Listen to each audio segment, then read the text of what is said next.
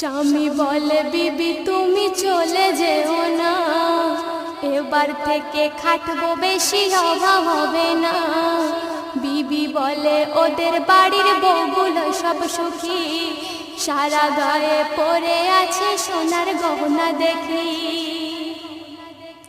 ওদের মতো আমার গায়ে, বিবি বলছে ওদের মতো আমার গায়ে সোনার গহনা নাই রে, থাকবো না এই ঘরে।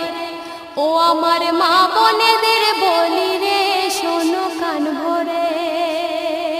বিবি এই কথা শুনে স্বামী বিবিকে কি বলছে শুনুন।